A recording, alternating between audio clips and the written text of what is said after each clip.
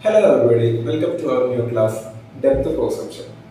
The depth perception is simply organizing the images in a three-dimensional figure to get the distance or depth of the object. And we have two sources of information. Sometimes we may call it as cues to identify the depth of perception. And the first one is the monocular cue and the other one is binocular cue.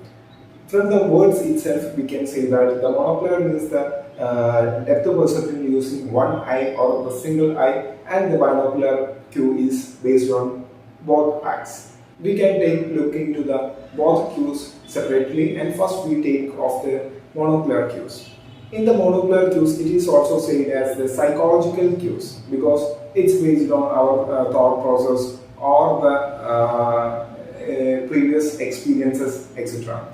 And we have a lot of monocular cues available, but we are looking into the some of the major monocular cues. So we are looking into the 8 different monocular cues. First one is the relative size.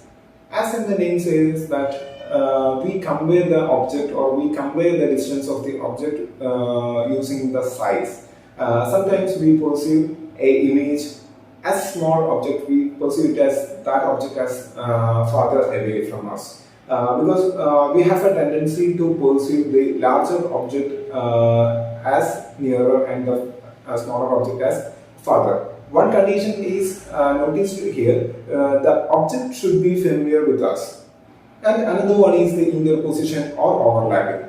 Here also you can identify this method using the name interposition or overlapping. Sometimes we feel some objects overlap another object. Object on the top perceived as the nearer object, or the object that is behind a object is perceived as the further object. Another important monocular cue we notice in our daily life is the linear perspective. Take example of a road or a railway track. Actually, the railway track is going parallelly, but when we see the railway track to a long distance, we may feel that the object or the two lines of the railway track become closer as the distance increases. And the next monocular cue is the aerial perspective. The aerial perspective is simply we have lot of small particles, dust and moisture in our atmosphere. Due to this atmospheric small particles or dust, we feel that the distant object become blurry or hazy. And another one is the lights and shade. Sometimes we may feel some images have highlighted at some points, or some images is highlighted and others are not, and some has shadows or the shades. And based on this highlighted area or the shades, we can perceive the depth of a perception or the distance of a perception, that the nearest object have highlighted lights and have a big shadow. Another monocular cue is the relative height. The relative height means that we have a tendency to perceive the bigger object, or in sense of the height, the bigger object as nearer and the smaller object as far. Another one is the texture gradient.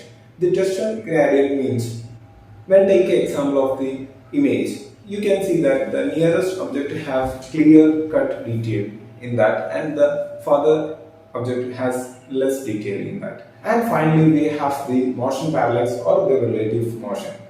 The relative motion or the motion parallax says that the object near to us moves fast and the object farther away moves slowly.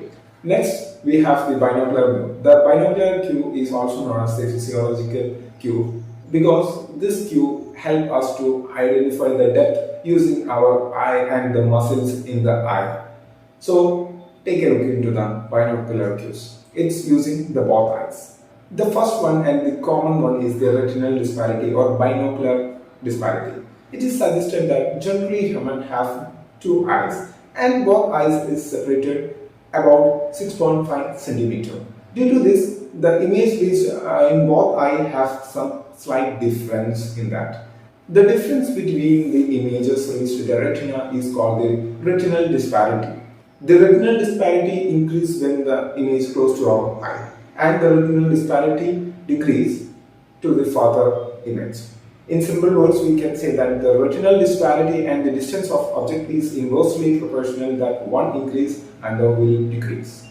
The next binocular cue is the convergence.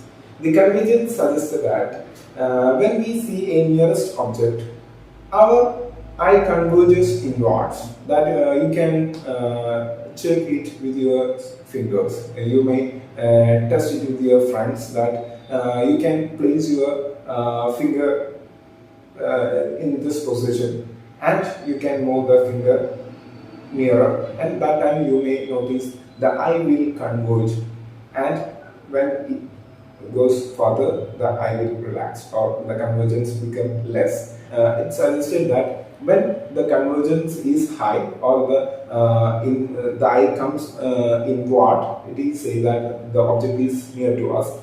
And finally, the third binocular cue is the accommodation. Accommodation is a binocular cue using the help of our ciliary muscles. The ciliary muscles help us to increase the thickness of the lens to get the image more clearly. And when the object is more than 2 meters away or the farther away, that means more than 2 meters away, the ciliary muscles is relaxed. And when the object comes too close, the ciliary muscles get contracted, and hence the thickness of the lens increases.